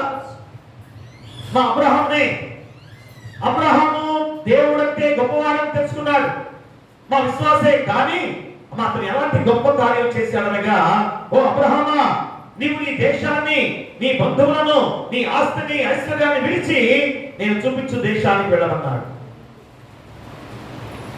అక్కడ విశ్వాస యొక్క అసలైన జీవితం బయటపడేది అక్కడే కదా. మొత్తాన్ని విడిచిపెట్టి వెళ్ళమంటే వెళ్తామా? చూడండి, ఎందుకంటే అబ్రహాము విశ్వాసులు తండ్రి అని ఎలాగా పిలువబడ్డాడు. అమ్మా, విశ్వాసి అంటే ఎలా ఉండాలి? అయ్యా, మొత్తాన్ని కూడా విడిచి నువ్వు వెళ్ళమన్నాడు యేసుక్రీస్తు యెహోవా దేవుడు కదా. మా దేవుడు అన్ని విడిచిపెట్టి వెళ్ళమన్నాడు. చూసారా? లేచి మొత్తాన్ని కూడా విడిచిపెట్టాడు, దేవాది దేవుడు చూపించిన దేశానికి వెళ్ళాడు. మనం వెళ్ళగలమా? మా విశ్వాసి అంటే ఎంత శక్తివంతమైన పదమో ఈరోజు గుర్తెరగాలి. ఆ విశ్వాసం అంటే ఎంత శక్తివంతమైన పదమును ఈరోజు గుర్తెరగాలి. అందుకని విశ్వాసం అంటే ఏంటి? ప్రభువా, నీవే నా రక్షకుడవు, నా జీవితం నీ చేతుల్లో ఉంచుతున్నానని సమర్పించుకునే గుణము కావాలి. ఇప్పుడు ఆ విధానమే ఆ యొక్క అబ్రహాము జీవిత విషయంలో మనం చూస్తున్నాం. మా ఇశ్రాయేలు యొక్క విషయంలో కూడా మనం చూస్తే ఏం జరిగింది? ఫరో సైన్యం తరుగుతుండగా వారు వెళ్తూ ఉన్నారు కదా. వెళ్తుంటే ఏమొచ్చింది? దాని మధ్యలో ఎర్ర సముద్రము. ఇక ఎర్రడానికి ఏముంది? మా భూభాగంలో మూడు వంతులు సముద్రమే కదా. మరి ఎటు వెళ్ళాలన్నా ఎంతో దూరం కదా. మా ముందుకు వెళ్ళాలంటేమో సముద్రము, వెనక్కి వెళ్ళాలంటేనేమో ఫరో సైన్యము కదా. ఎంత భయంకరమైన సంకట పరిస్థితి. కానీ మా ఈరోజు ఎంత మంది కేకలు వేశారు కదా ఆ రోజు. అయ్యో, ఎలాగా? ముందు పోయి వెనక నువ్వు కదా. అదేనా సమేత? అంతేనా? ముందు గొయ్యి వెనక నువ్వు ఏదంటారు కదా. అమ్మ ఆ స్థితే ఈరోజు వాళ్ళందరూ కూడా అలాంటి స్థితి. కేకలు పెట్టారు, అయ్యా మోషే ఏంటి మనం చంపడానికి వచ్చావా, అక్కడే ఏదో చచ్చేవాళ్ళం కదా, ఎందుకు ఇలాగ తీసుకొచ్చావు అనుకుంటూ మా కేకలు పెడుతున్నా. మరి మీలో విశ్వాసం ఉంటుందా? మరి నీలో విశ్వాసిగా నీలో విశ్వాసం ఉండవద్దా? దేవుడు ఇంతగా నడిపించినప్పుడు ఆ మార్గాన్ని దేవుడు చూపించడా? అలాంటి విశ్వాసం నీలో ఉందా? అదే అపోస్తలుడైన పౌలు రోజు నీకు గుర్తు చేసే గొప్ప వాక్యం. విశ్వాసం అంటే ఏమిటి? నీలో విశ్వాసిగా నీలో ఉండాల్సింది ఏంటి అని రోజు నీకు గుర్తు చేస్తున్నాగా, ఇదిగో ఇంత సంకటమైన పరిస్థితుల్లో, ఇంత భయంకరమైన పరిస్థితుల్లో ఖచ్చితంగా దేవుడే నా రక్షకుడు, దేవుడే నన్ను కాపాడుతానని విశ్వసించేవాడే మా విశ్వాసి. అలాగనే మోషే ఖచ్చితంగా దేవుని ప్రార్థించాడు. ఏం జరిగింది? అంత భయంకరమైన ఎర్ర సముద్రాన్ని 2 పాయలుగా చేసి, ఎవరైనా ఆలోచన చేస్తారా? ఎవరైనా ఊహించుంటారా? ఎప్పుడైనా కానీ ఆలోచన చేస్తే అది నిజమా అని ఆలోచన నీలో వస్తుందేమో కదా. నిజమే, ఖచ్చితంగా జరిగిన గొప్ప సంఘటనే. ఎందుకని? మా సముద్రాన్ని సృష్టించిన వాడు దేవుడే, ఆకాశ నక్షత్రాలను సృష్టించిన వాడు దేవుడే, మా భూమిని, ఆకాశాన్ని, ప్రతి సమస్తాన్ని కూడా సృష్టించింది కూడా దేవుడే. కాబట్టి అధికారం ఆయనకున్నదా? అధికారం ఆయనకున్నదా? నీ కన్నా నీ బిడ్డల విషయంలో నువ్వు అధికారం చూపిస్తున్నావే, నువ్వు సంపాదించిన ఆస్తి మీద అధికారం చూపిస్తున్నావే. మరి దేవుడు ఇంతగా అన్ని సృష్టించిన తర్వాత ఆ అధికారం ఆయనకున్నదా? కాబట్టి అధికారంతోనే ఆ సముద్రాన్ని శాసించాడు. 2 పాయలుగా చీరి ఆరిన నేల మీద నడిపించిన దేవాది దేవుడు ఎంత గొప్ప దేవుడు కదా ప్రియులా. కాబట్టి నీ విశ్వాస జీవితాన్ని ఎలాగా కాపాడుకుంటున్నావు నువ్వు గుర్తిరగాల్సిన సమయం ప్రియులా. అందుకని విశ్వాసముతో క్రీస్తును హృదయంలో స్వీకరించాలి. ఖచ్చితంగా దేవాది దేవుణ్ణి ఏం చేయాలి? నీ హృదయంలో విశ్వాసముతో స్వీకరించినట్లయితే ఎంతో గొప్ప కార్యాలు జరుగుతాయని అపోస్తలుడైన పౌలు ద్వారా చెప్పిన గొప్ప మాటలు. ఇక చివరిగా 3వది, క్షమాపణ పొందిన హృదయము ప్రేమతో స్పందించాలి. చూసారా? క్షమాపణ పొందిన హృదయం. మనందరం కూడా క్షమాపణ దేవుని ద్వారా పొందుకున్న వారమే. మనం పాపంలో ఉండగానే ఆయన ఉచితమైన కృప చేత నిన్ను రక్షించిన దేవుడు. అంటే మనందరం క్షమాపణ పొందుకున్న వారమే. అంటే క్షమాపణ పొందిన హృదయంగా ఉన్న నీ హృదయము ఏం చేయాలి? ప్రేమతో స్పందించాలి. ప్రేమతో, అనురాగంతో స్పందించాలి. ఉందా? ఇంకా నువ్వు కఠినమైన హృదయంతో జీవిస్తున్నామా? క్రూరమైన హృదయంతో జీవిస్తున్నామా? తోటివాడు ఎలాగున్నా నాకు పర్వాలేదు అనుకుంటూ మూర్ఖమైన జీవితాలతో కొనసాగుతున్నామా? ఆలోచన చేసుకుంటే లూకా సువార్త 7వ అధ్యాయంలో 47వ వచనాన్ని మనం చదువుకుందాం. ఆమె విస్తారముగా ప్రేమించను గనుక ఆమె యొక్క విస్తార పాపములు క్షమించబడినని నీతో చెప్పుచున్నాను. ఎవరికి కొంచెముగా క్షమించబడునో వాడు కొంచెముగా ప్రేమించునని చెప్పి నీ పాపములు క్షమించబడి ఉన్నవని అని ఆమెతో అనెను. ప్రియా దేవుడా, ఎందుకంటే ఇక్కడ పాపాత్ములైన స్త్రీ విషయంలో ఇంత గొప్ప వాక్యాన్ని రోజు గుర్తు చేస్తున్నాడు. అంటే గొప్ప సత్యాన్ని యేసుక్రీస్తు వారి ద్వారా మనం గుర్తు చేస్తున్నాడు. ఎందుకనగా ఇక్కడ పాపాత్ములైన ఆ స్త్రీ జీవితానికి మనం గుర్తు చేసుకుంటే ఆమె ఎంత భయంకరంగా ఆ పాపాత్ములైన స్త్రీగా వ్యభిచారముతో జీవిస్తున్న స్త్రీ. కానీ ఆత్మ, దేవుని ఆత్మ అందరిలో ఉంది కనుక ఆమె ప్రతిరోజు కూడా వేధిస్తుంది. అయ్యా నేను తప్పు చేస్తున్నాను అని రోజు కూడా మదనపడుతూ జీవిస్తున్న సందర్భాలు అనుకుంటారేమో కదా చాలా మంది. ఇతరుల జీవితం నాకు ఎంతో డబ్బు వస్తుంది, హ్యాపీగా బ్రతకొచ్చు అనుకునే వాళ్ళు చాలా మంది ఉన్నారేమో ప్రియమైన. కానీ నీ హృదయ సంఘర్షణ నువ్వు ఎవరికి కూడా చెప్పుకోలేకపోతున్నావు. ప్రతిరోజు కూడా నిన్ను గర్దిస్తుంది. అయ్యో ఏమిటి అనే ఆ యొక్క ఆందోళనకరమైన జీవితం, ఎంత వ్యధతో కూడిన జీవితము, ఎంత బాధతో కూడిన జీవితాన్ని ఈ యొక్క పాపాత్మ అనే స్త్రీ తెలుసుకుంది కనుకనే ఆమె హృదయం తెరవబడింది. ఈరోజు మనము కూడా పాపం చేసేవారు లేకుండా ఉండరు. అందరూ కూడా ఏదో ఒక పాపము చేసిన వారే కదా, ఏదో ఒక పాపంలో ఉన్నవారే. కానీ ఎప్పుడైతే తన పాపాన్ని తెలుసుకొని మారు మనసు పొంది దేవుని క్షమాపణ పొందుకున్న వారిగా ఉన్న హృదయాలుగా ఉంటే ఖచ్చితంగా వారు ఎంత గొప్ప స్థాయిలో ఎంత గొప్ప స్థితిలో ఉండబోతున్నారో ఈ పాపాత్ముల స్త్రీ యొక్క ఉదాహరణే కదా.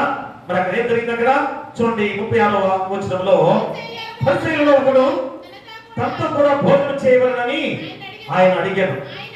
ఆయన ఆ పరిసయ్యుని ఇంటికి వెళ్ళి భోజన పంక్తిని కూర్చుండగా ఆ ఊరిలో ఉన్న పాపాత్ములైన ఒక స్త్రీ యేసు పరిసయ్యుని ఇంట భోజనముకు కూర్చున్నాడని తెలుసుకొని ఒక బుట్టిలో అత్తరు తీసుకుని వచ్చి ఎరుగతట్టు ఆయన పాదాల యొక్క నిలబడి ఏడ్చుచు కన్నీళ్లతో ఆయన పాదములను తడిపి తన తలవెంట్రుకలతో తుడిచి తన పాదములను ముందు పెట్టుకొని ఆ అత్తరు వాటికి పూసెను. పిమరా చూడండి, ఎంత గొప్ప వాక్యం ఈరోజు. ఇదేదో సండే స్కూల్లో నేర్చుకున్న కథ అనుకుంటున్నారేమో. అమ్మ, ఇది ఎంత గొప్ప భావాన్నిచ్చే వాక్యము గుర్తెరగాలి. ఎందుకంటే పాపాత్ములైన స్త్రీని అన్నాడు. ఏంటి చట్టం? మా వ్యభిచారం చేసే స్త్రీని ఏం చేసేవారు? రాళ్లతో కొట్టి చంపేవారు కదా, రాళ్లతో కొట్టి చంపేవారు. అసలే పరిసయ్య ఇంటికి భోజనానికి వెళ్ళాడు యేసుక్రీస్తు వారు. ఆ పరిసయ్యుల వేషధారులు కదా, మా పైకి నటిస్తారు కానీ మా లోపలంతా కూడా చెడిపోయిన హృదయాలు. మా ఇంటికి వెళ్ళాడు యేసుక్రీస్తు వారు. అక్కడికి వెళ్ళాలని తెలుసుకున్న ఈ పాపాత్ముల స్త్రీ ఎలాగ వెళ్ళగలిగింది? ఏమనుకోవాలి? అయ్యో, నేను వాళ్ళకెళ్తే ఊరుకుంటారా, చంపేస్తారు అనుకోవాలి కదా. కానీ యేసుక్రీస్తు వారి యందు విశ్వాసం వచ్చింది. ఆయన యందు విశ్వాసం ఉంచి ఎలాంటి ప్రమాదమైనా నాకు వచ్చినా పర్లేదు, నా దేవుడు నాకు తోడుగా ఉన్నాడు, ఆయన నన్ను కాపాడుతాడని ఎంత లోపల భయం వేసినా కానీ దేవునిపై మా దృష్టి పెట్టింది. ఆ మార్గంలో నడిచింది, వెళ్ళింది. ఏం చేసింది? అక్కడ ఆ వెనుక తట్టుకు వెళ్ళి ఆయన పాదాల యొద్ద నుంచి ఏడ్చుచు కన్నీళ్లతో ఆయన పాదాలపై తడిపి తల వెంట్రుకలతో తుడిచి ఆయన పాదాల ముందు పెట్టుకొని ఆ అత్తరు వాటిని పూసాను. చూసారా, అంత గొప్ప జీవితాన్ని, తన హృదయాన్ని దేవునికి సమర్పించుకొని ఇక నేను ఏనాడు కూడా పాపము చేయను. ఎందుకంటే పాపంలో ఉన్న భయంకరమైన స్థితిని మాకు గుర్తెరిగింది. అయ్యా, పాపంలో ఎంత భయంకరమైన ఆందోళన, ఎందుకంటే నాకు మనశ్శాంతి లేకుండా ఉంది. డబ్బులు ఉన్నాయి, లక్షల డబ్బులు ఉన్నాయి, కానీ పాపము సొమ్ముతో ఉన్న ఆ భయంకర విధానమే మా ఆందోళన గురి చేసింది. భయంకరమైన జీవితాన్ని నా జీవితం నలుపుతుంది. ఎప్పుడైతే వెళ్ళింది యేసు పాదాల చెంత కన్నీటితో ఒప్పుకున్నదో తేలిక పడిపోయింది. మనకి అందరూ కూడా పాపం చేయకుండా ఎంత గొప్ప స్త్రీగా ఈరోజు వెలుగుతుందో మనందరికీ తెలుసు. దేవుళ్ళారా, కాబట్టి ఈరోజు పరిశీలన అక్కడ ఏమంటారు చూడండి. అక్కడ ఆయన పిలిచిన పరిశీలన చూచి ఈయన ప్రవక్త తను ముట్టుకున్న ఈ స్త్రీ ఎవరియో ఎటువంటిదో ఎరిగిండును, ఇది పాపాత్మురాలని తనలో తాను అనుకున్నాను. చూసారా, ఎవరియో ఎంత భయంకరంగా తోటి వాడిని మా ప్రేమించలేని కూడా ఎవరియో అని దాన్ని ఎంత హీనంగా మాట్లాడుతున్నారు. చూసారా, మా మనుషులుగా ప్రేమ చూపించాలని పదే పదే దేవుని మాటలుగా గుర్తు చేస్తుంటే మా తోటి వాడిని ఎలాంటి ప్రేమ లేని వాడిగా పాపంలో కొట్టు పెట్టాడుతున్నారు కదా, అతను రక్షించాలి కదా. ఈ యొక్క యేసుక్రీస్తు వారి ద్వారా రక్షణ మార్గంలో నడిపించాలనే ఆలోచన లేదా పరిసయ్యులకి? దేవుని గ్రంథం చదువుకున్న వాళ్ళమని మేము బాగా తెలియగల వాళ్ళం అనుకున్న ఈ పరిసయ్యులు ఆ యొక్క పాపాత్మని రక్షించాలని ప్రయత్నం చేశారా? లేదు. కాకుండా అతని మీద ఎవరియో అదే భయంకర పాపాత్మురాలు చిచి ఆమె ముట్టుకోవడం ఏంటి, యేసుక్రీస్తు వారు తెలియదా అనే భయంకరమైన మాటలు దేవునిపై వేస్తున్న అపవాదులు. ప్రియమురా, కాబట్టి ఆ మాటకి యేసుక్రీస్తు వారు యేసు సీమోను నీతో ఒక మాట చెప్పాలని అని అతనితో అనగా అతడు బోధకుడా చెప్పుమనెను. అప్పుడు యేసు అప్పు ఇచ్చు ఒకరికి 2 రుణస్థులు ఉండేది. వారిలో ఒకడు 500 దేనారములను మరి ఒకడు 70 దేనారములను అచ్చి ఉండేది. ఆ అప్పు తెచ్చినకు వారి యొక్క ఏమీ లేకపోయిన గనక అతడు వారందరినీ క్షమించను. కాబట్టి వీరిలో ఎవడు అతన్ని ఎక్కువగా ప్రేమించునో చెప్పుమని అడిగాడు. అందుకు సీమోను అతడు ఎవరికి ఎక్కువ క్షమించనో వాడే అని నాకు తోచుతున్నదని చెప్పగా ఆయన నీవు సరిగా యోచించుతావని అతనితో చెప్పి చూడండి, ఇక్కడ 2 రుణస్థులు ఉన్నారు. 500 దేనారాల దగ్గర 50 దినాలు ఎక్కడ కదా. మా ఇద్దరి యొక్క రుణాలని యజమానుడు తీసివేశాడు. వదిలేపోండి అయ్యా, మీరు కట్టలేకపోతున్నారు కనుక ఇది కట్టొద్దు. మా దీంట్లో ఎవరికి సంతోషం? 500 దేనాలను వాడింది కదా. 50 దినాలంటే ఎలాగో కట్టుకోవచ్చు కదా. ఈ 500 దేనాలను అప్పు క్షమించి పెట్టిన విధానంలో అతను ఎంత సంతోషించాడో. అబ్బా, నా ఇంత అప్పు క్షమించబడిందని సంతోషంగా ఉన్న విధానం. అది ఎందుకు చెప్పాడంటే అమ్మ ఇక్కడ ఆ స్త్రీ గురించి చెప్తున్న మాటలు ఇక్కడ ఆ ఉదాహరణ ఏమని, ఆ స్త్రీ వైపు తిరిగి సీమోనుతో ఇట్లను, ఈ స్త్రీని చూస్తున్నావే, నేను ఈ ఇంటిలోకి రాగా నీవు నా పాదములు నీయలేదు, కానీ ఈమె నా కన్నీళ్లతో నా పాదములను తడిపి తన వెంట్రుకలతో తుడిచెను. నీవు నన్ను ముద్దు పెట్టుకోలేదు, కానీ నేను లోపలికి వచ్చినప్పటి నుండి ఈమె నా పాదములను ముద్దు పెట్టుకున్నట్టుకు మానలేదు.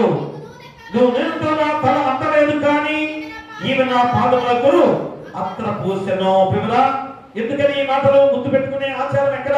పాలస్తీనాలో మా మనుషులు ఎదురైనప్పుడు ఆలింగనం చేసుకునే ఒకరు ముద్దు పెట్టుకునే ఆచారాలతో ఉండేవారు. పిల్లరా, మరి ఈరోజు ఆ ప్రాంతంలో ఆ ఇంటికి వచ్చినప్పుడు యేసుక్రీస్తు వారు ఏ మాత్రం కూడా మన యొక్క కాళ్ళు కలుపుకోవడానికి నీళ్ళు ఇవ్వలేదు, మా తల మీద నూనె అంటలేదు, మరి ఇక్కడ ముద్దు పెట్టుకోవడం లేదనే మాటలు ఇక్కడ స్ఫురిస్తూ ఉన్నాయి కదా. అంటే ఏ మాత్రం కూడా గౌరవం చూపించలేదు.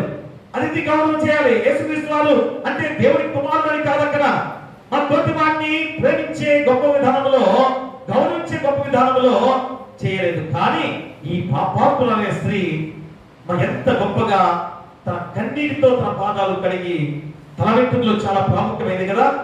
అంత ప్రాముఖ్యమైన వెంట్రుకలతో యేసు పాదాలు తుడిచి ఆ పాదాలపై ముందు పెట్టుకున్న గొప్ప స్థితిని ఈరోజు పాపాత్ముల స్త్రీ పొందుకున్న గొప్ప బాధ్యత చూసారా. యేసుక్రీస్తు వారు ఈ యొక్క ఆ ఉపమానం ఎంతగా చెప్పడం, అనేకమైన పాపాలు చేసింది కరెక్టే, కానీ ఈరోజు ఆమె చేసిన పనికి ఆ ఎక్కువైన పాపాలు కూడా క్షమించబడ్డాయి. క్షమించబడ్డాయి.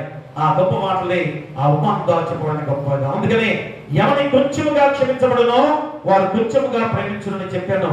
నీ పాపములు క్షమించబడి ఉన్నవని ఆమెతో చెప్పాను. అప్పుడు ఆయనతో కూడా భోజన పంక్తిని కూర్చుంటున్న వారు పాపములు క్షమించుచున్న ఇతను ఎవరని తమలో తాము అనుకోసాగి, అందుకైనా నీ విశ్వాసులను రక్షించను, సమాధానం కలదానమై వెళ్ళమని ఆ స్త్రీతో చెప్పాను. చూసారా మిమ్మరా, ఎంత గొప్ప సమాధానంతో వెళ్ళిన స్త్రీగా ఉందో గమనించారా. అంటే యేసుక్రీస్తు వారి దగ్గరికి వస్తే ఉచితమైన కృప ద్వారా నీకు ఎంత సమాధానాన్ని వచ్చే దేవుడు. ఈరోజు ఆ పాపాత్ముల స్త్రీ ఎంతో వ్యాపారం చేస్తుంది, ఎంతో డబ్బులు ఉన్నాయి, కానీ ప్రతిరోజు కూడా ఆందోళనకరమైన జీవితం, భయాందోళనతో కూడిన జీవితం, తనలో తాను ప్రతిరోజు బాధపడుతుంది. ఎందుకు నేను ఇంత భయంకర పాపం చేస్తున్నానని చీదరించుకుంటున్న జీవితమే. అలాంటి జీవితాన్ని యేసు వైపు ఎప్పుడైతే దృష్టి మళ్లించిందో, యేసుక్రీస్తు వారి దగ్గరికి ఎప్పుడైతే మళ్ళిందో, తన హృదయం తలుపు తెరుచుకున్నది. ఉచితమైన కృపను ఈరోజు పొందుకొని ఎంత సంతోషంగా సమాధానంతో ముందుకు వెళ్ళి ఈరోజు యేసుక్రీస్తు వారిని మొట్టగా చూచిన స్త్రీగా ఉన్న గొప్ప విధానాన్ని ఇప్పుడు పునరుద్ధారుడిగా తిరిగి లేచిన తర్వాత మొట్టమొదటిగా చూచిన స్త్రీగా కూడా ఉన్న గొప్ప విధానం. ప్రేమరా, అంటే మహిమ రూపముతో దేవుని శక్తి రూపాన్ని చూచింది. ఏది లోకమున ఉండగానే, ఈ భూమిపై ఉండగానే. ఈరోజు ఆ ధన్యత నీకుందా? ఒక్కసారి మనం ఆలోచన చేసుకొని మనలో ఉన్న పాపాన్ని కూడా తీసివేసుకునే విధానంలో ఖచ్చితంగా క్షమాపణ పొందిన హృదయమై మంది ప్రేమతో స్పందించే వారిగా ఉండాలి. ఖచ్చితంగా ఈరోజు మనం ఎదుటి వారిని రక్షించే విధానంలో ఇదిగో ప్రార్థనా జీవితంలో కూడా అందుకే ఎవరైతే పాపంలో నశించిపోతున్నారో వారిని రక్షించే వారిగా మనం ఉండాలి. మా దేవుని దగ్గరికి వారిని నడిపించాలి. అయా పాప జీవితాన్ని తీసివేసుకోవాలని ప్రతి ఒక్కరు కూడా ఎవరికో ఒకరిని నడిపించే వారిగా ఉండాలన్నామా? నీ హృదయం ద్వారా స్పందించే గొప్ప ప్రేమ అదే. దేవుడు శిలువ త్యాగం ద్వారా ఈ రోజు నీకు ఇచ్చిన గొప్ప ప్రేమ అదే. ఆ ప్రేమ ద్వారా ఎదుటి వాడిని రక్షించడానికి ఖచ్చితంగా నువ్వు ప్రయత్నం చేయాలి. ఒక్కనైనా దేవుని ఆలయాన్ని తీసుకొచ్చి రక్షణ భాగ్యంలో నడిపించే వారికి ఉండాలి. అప్పుడు నీ పేరు కూడా జీవగ్రంథంలో లిఖించబడుతుంది. ఎంత గొప్ప ధన్యత. కాబట్టి పాపాత్ములో ఇంత భయంకరమైన వ్యభిచారం చేసే స్త్రీయే ఈ బైబిల్ గ్రంథము పవిత్ర గ్రంథము జీవ గ్రంథముగా ఉన్న ఈ గ్రంథములో పేరు లిఖించబడిందంటే ఈరోజు మన జీవితాలు జీవ గ్రంథంలో లిఖించబడవుతా? కాబట్టి ఎప్పుడైనా కానీ ఆలోచన చేసుకొని మా ఖచ్చితంగా కృపను గుర్తించిన హృదయము విశ్వాసంతో రక్షణ అన్న అంశంలో ఖచ్చితంగా ఈరోజు ఎలాంటి జీవితం ఈరోజు మనకు కావాలో చెప్పిన గొప్ప విధానం. అంటే కృపను గుర్తించిన హృదయం ఖచ్చితంగా ఈరోజు అమ్మ నీ హృదయాన్ని దేవుడు గుర్తించాడు కనుకనే ఆ ఉచితమైన కృప నీకు అందించాడు. అలాంటప్పుడు విశ్వాసంతో రక్షణ పొందుకోవద్దా? అదే ఈరోజు జరిగిన గొప్ప విధానంలో మన నీతి కాదు దేవుని కృపే ఆధారం అవుతా. మనకి విశ్వాసంతో క్రీస్తును హృదయంలో స్వీకరించుట, క్షమాపణ పొందిన హృదయం ప్రేమతో స్పందించుట, ఈ 3 మాటలే మనల్ని రక్షించే గొప్ప విధానం. అలాంటి రక్షణ భాగ్యంలో ఉండాలని కోరుతూ మీకును మీ కుటుంబాలకును సదాకాలం దేవుడు తోడైనను గాక. ఆమేన్. సమస్త జ్ఞానం ఇచ్చిన దేవుని సమాధానము యేసుక్రీస్తు వల్ల మీ హృదయములకును మీ తలంపులకును కావలియుండును గాక. ఆమేన్. దేవాన యందు శుద్ధ హృదయము కలుగచేయుము